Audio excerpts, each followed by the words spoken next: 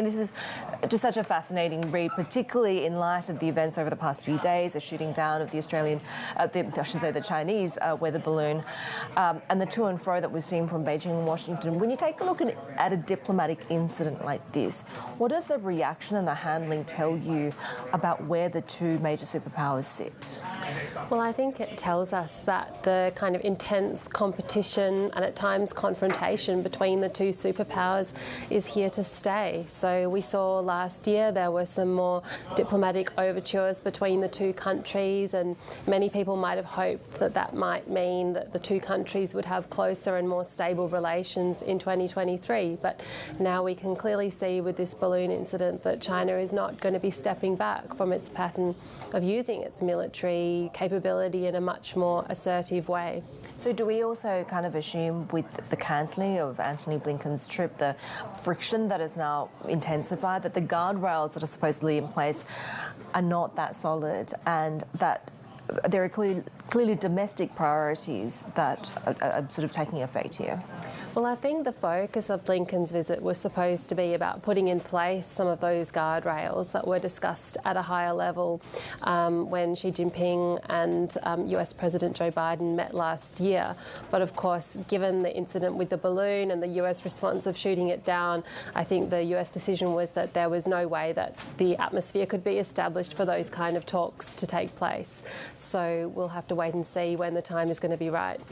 Tell us a little bit about the Asia Power Index, Susannah, and whether this really also could give you an indication of the feelings towards China given all of these international incidents. Well, the Asia Power Index shows that overall the United States remains the most powerful country in the region, more powerful than China. And according to the way that we measure power, the US leads China on 6 out of 8 measures. So it still has very strong, for example, defense networks with the region. Its military capability is still higher than what China has. But China also has certain advantages, especially in terms of its economic relationships with the region. So thinking about its trade and investment as a big source of its regional influence. The U.S., of course, has been trying to court India's favor as well to even gain more influence in the region. What role is India playing at this point? Well, I think the assumption that many people have is that India will be a key part of the US Indo-Pacific strategy, but the Asia Power Index does call that into question because it really shows that India's influence is quite patchy. It's quite weak on the economic side in terms of regional engagement, and its influence is heavily concentrated in South Asia. So that means that it's quite unclear what role India would really be playing in terms of major East Asian flashpoints like South China Sea or Taiwan.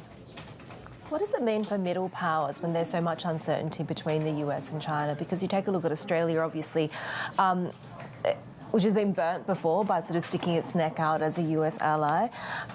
Is there a better strategy? Because I know the Singapore model, for example, was always lauded as being able to walk that line. Well, the Southeast Asian countries overall for their size perform quite strongly in the Asia Power Index because they are diplomatically active, they're outward looking, they're networked, and Singapore is the prime example of that. But I think what the Asia Power Index suggests is that ultimately we're going to be in a region that is defined by bipolar rivalry between the two superpowers rather than the more multipolar system that some people might be hoping for.